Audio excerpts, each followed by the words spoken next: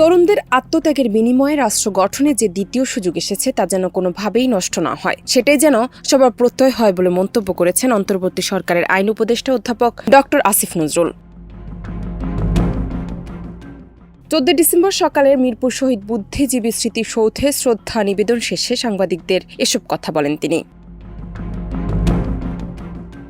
আসিফ নজরুল বলেন, শহীদ বুদ্ধিজীবীরা যে স্বপ্ন, প্রত্যয় এবং দেশপ্রেম নিয়ে সংগ্রামে ঝাঁপিয়ে পড়েছিলেন সেটারই কন্টিনিউশন ছিল আমাদের জুলাই গণ অভ্যুত্থান। আমাদের তরুণরা ছাত্ররা জীবনের মায়া উপেক্ষা করে গণতন্ত্র, মানুষের অধিকার, বৈষম্যহীন সমাজ প্রতিষ্ঠা, শোষণমুক্ত সমাজ প্রতিষ্ঠার জন্য লড়াই করেছে।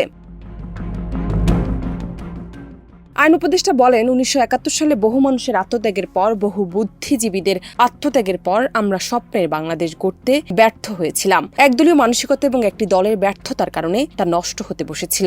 আজ কোনোভাবেই যেন সে ব্যর্থতার পুনরাবৃত্তি না হয় সেদিকে খেয়াল রাখতে হবে।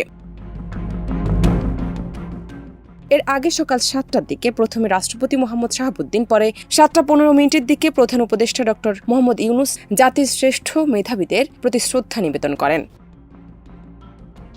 জান্নাত নিপু, দেশ রূপান্তর।